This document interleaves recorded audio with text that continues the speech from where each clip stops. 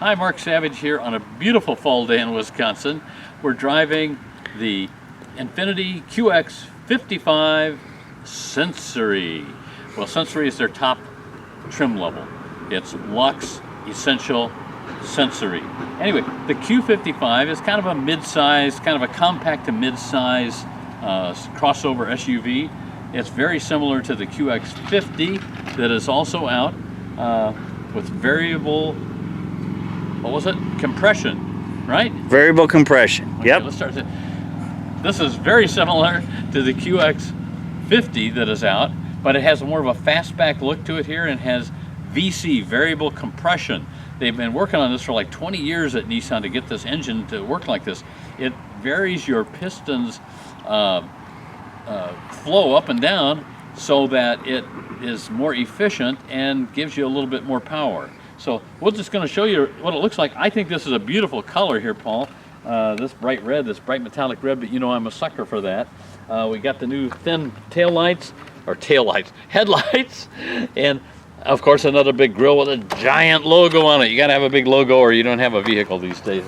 This is a kind of a luxury level thing that would compete with like a, let's say BMW X4 or something like that. Anyway, good looking lines, a little chrome, a little trim here, and then this looks like some of the old Infiniti crossovers and SUVs with kind of this sloped back roof to it here, and maybe a smaller window. The only downside, and I mentioned this to Paul earlier, is we got great big C-pillars here, so it makes it a little bit tougher to see that out the back.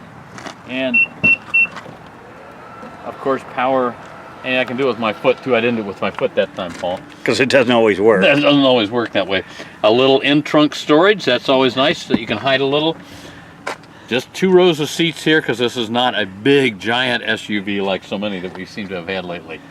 But nice looking vehicle, and you know, all-wheel drive comes standard on this, so that's always nice too. We'll show you how it drives, and we'll give you some pricing at the end of this. So a nice luxury interior. We got real leather seats here, two-tone gray here. That's nice. And double screen seems to be the way that everybody is going these days. The top screen's a little smaller, you know, obviously clock. We got the map built in there, and then the lower screen is your radio, and this of course has satellite radio. That's always good. Nice to have a volume knob. That's always cool. And this one's pretty easy to touch, tone, you know, to touch and to tune. I like that. A good looking dash, I think. It has regular analog gauges up here, and then of course digital in the center. That's fine. The nice thing about the analogs is everything just stays there. It's not changing all the time, and I know a lot of people think it's cool that you can, you know, adjust the controls on your car to look different or in various modes, but not something I feel like I have to have. Some other things to think about is the Sensory version has what they call the Bose premium sound system. It's pretty fancy looking, and I can't remember how many speakers. I'm going to say 16 or more speakers in here. It sounds great when we got it cranked up here, Paul. Let's crank it up and I'll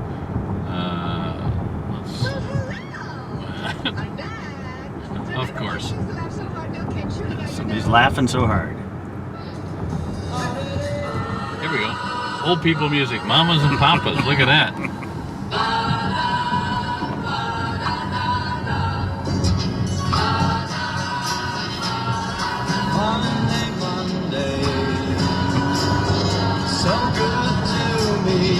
Hey, and it's Monday when we're shooting this, Paul. Yep. What a coincidence. Everything comes together. How did it know that? Anyway, we got, of course, power seats, which you'd expect in a $60,000 vehicle or so. We got 2 memory buttons over here, so you can program in your seat and your spouse or significant other's preferred seat alignment.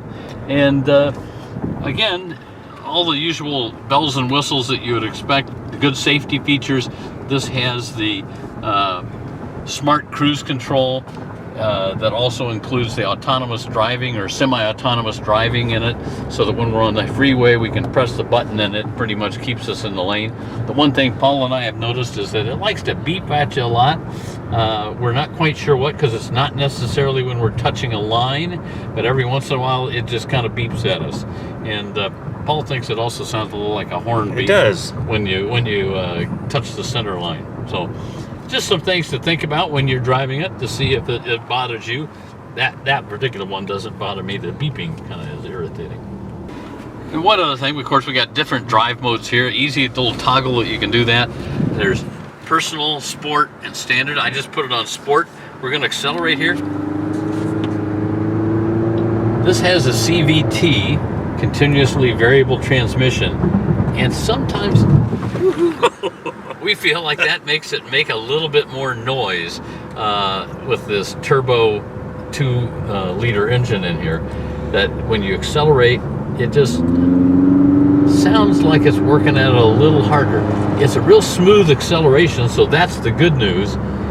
You know, it's just in a car that's around 60,000, I maybe expect a little more quiet. There is acoustic glass in here, so we're on the freeway or we're cruising like we are right now at this speed. It sounds fine. You know, it's nice and quiet. So the QX55, you can get into it for about 47,000. All of them have all-wheel drive. 52 is the mid-level, 58 is this level, and this one's only got a couple little options to $60,000. Still seems like a lot of money to me, but that's really kind of the mid-market now of the luxury sport utility crossover world. So again, great looking car, it's crossover, and nice luxury feel inside and out.